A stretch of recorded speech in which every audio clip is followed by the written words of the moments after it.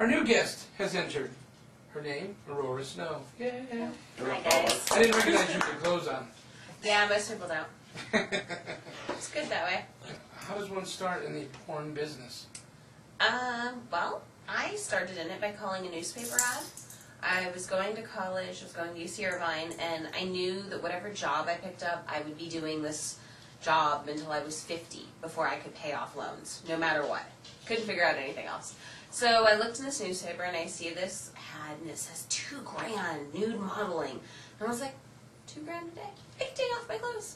So I called, got involved with an agent, and started out with photo shoots, and that paved the way to video.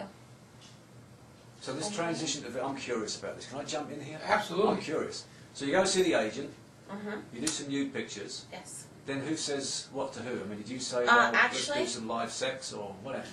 I was really naive and I was super open, so when I would go on these sets for the photo shoots, they would ask me about my life and why I was there, and I would just very honestly and openly tell them anything they asked, because I just didn't know. It was very socially awkward. Mm-hmm. And this one guy goes, well, gee, you're here doing this photo set for this much money.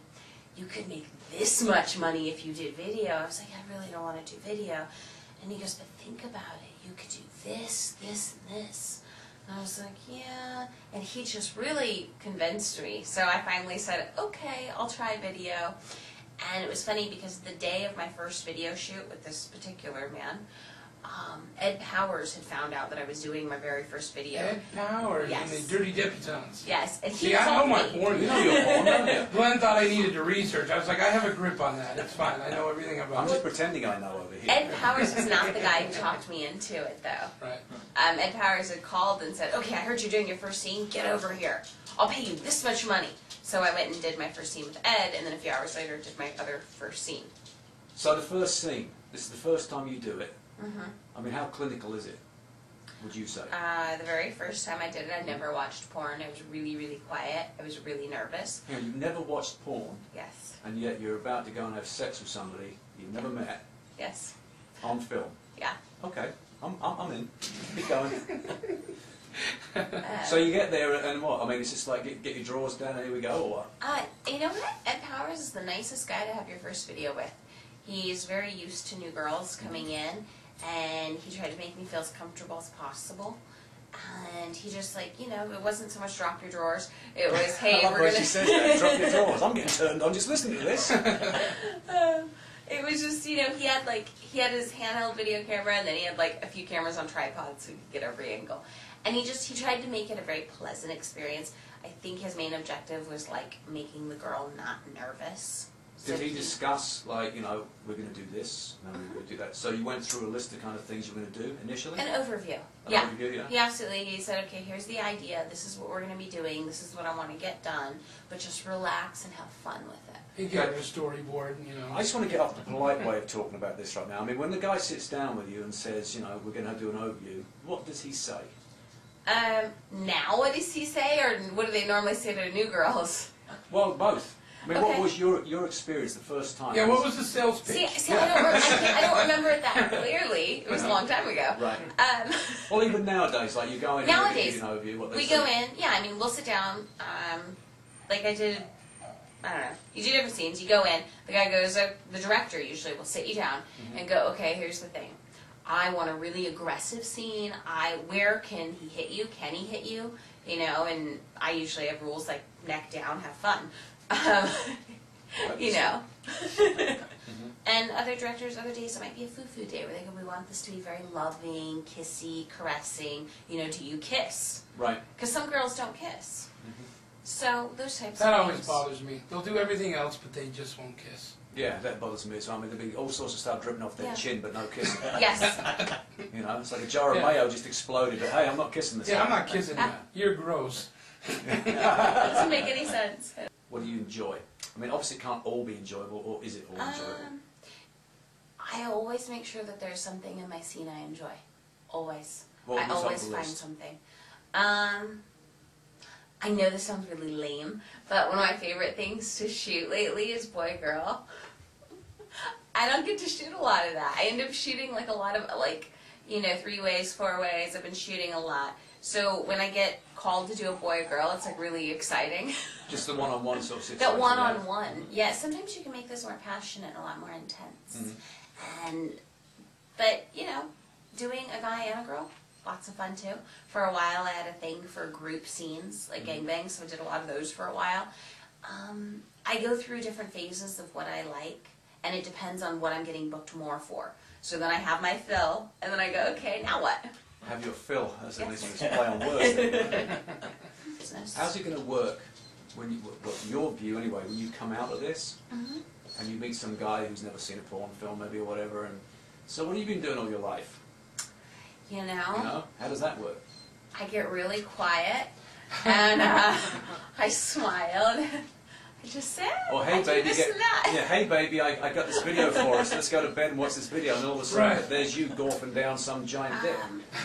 Yeah, I know, that one's actually Was that really polite? tough.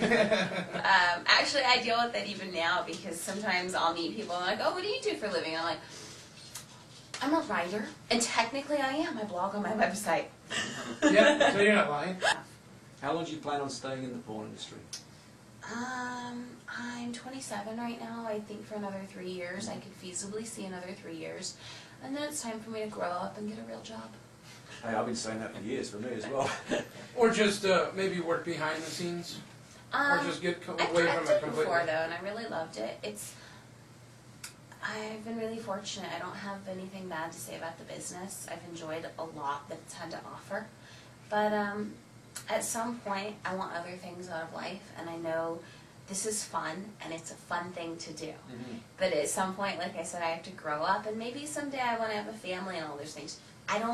Me personally, I don't feel like I could do that and still stay in porn.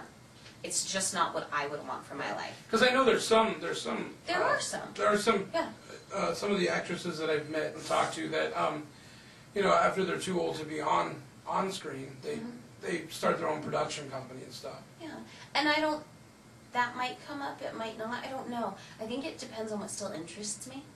And I think at this stage, I still really want to go to law school, and I'd like to maybe go be a lawyer, entertainment law, and that's kind of where I see myself. There is a guy with a camera getting Yeah, right up there. Right up there. and stuff like this. Yeah. And the room's full of people. It's hot and Yeah. it's nerve-wracking, and that side of it is very clinical. So how do you deal with that? I'm a performer. Like, when I went to UC Irvine and when I was in high school, I used to get on the stage, and even though I was a really quiet person in life, when I got up on stage, I loved to give a performance. So to me, it's kind of like I've brought that same aspect. It's like being on stage and performing. And I'm a little bit of an exhibitionist when a camera's rolling, so I like to give a good show. There's one rolling. I don't know what's taking It's so long. over here. On set. We were on a couch. It was in this movie called Cherry Poppers. I was doing a scene with Steve. Yeah, The titles are always the best. Cherry poppers. Yeah. I was doing a scene with Steve Holmes and Angela Stone, and I was like laying on top of the couch, and there's a light behind the couch to backlight us, and I'm just laying across it, think I'm looking sexy, whatever.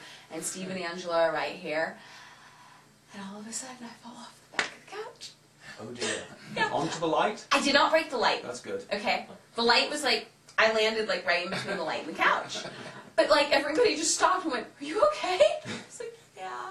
Ego's a little bruised, I'm but fine. I'm okay. I don't feel quite so sexy now, but I'm No. fine. Yeah. So I'm you more talked about an awkward anal this prep kit. Yeah. What exactly is in an anal prep kit? For me personally, it's something that I personally have. I don't know that a lot of girls have. You it. can't go to like the adult bookstores and buy it. No, it's something that I've created. Well, what's in your anal prep Could I kit? get a Kleenex before she starts doing this? And talk real slow. No, I'm just kidding. Insulting this. It's actually not as sexy as, an anal prep kit. It's got like lube and then the enema, and then I've worked with some fairly large guys, and you can't just throw those things in your back door. It doesn't work like that. It's a muscle. It needs to be stretched out. So I have like a small toy, a medium toy, and a bigger toy. That way, before my anal scene, I can kind of go in the bathroom, and depending on the size of the guy, get stretched out and just sort of ready to work, so that my body's already warm and loose, so that I can do those things.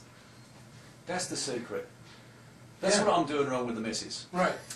All right, we're gonna wrap this up. So thanks again for being here. Thank Wrap you it up. guys Did you for say We're having gonna me. wrap it up. Wrap it up. We'll be Everything's an back. innuendo with Paul here. I'm going to wrap it up. Yes.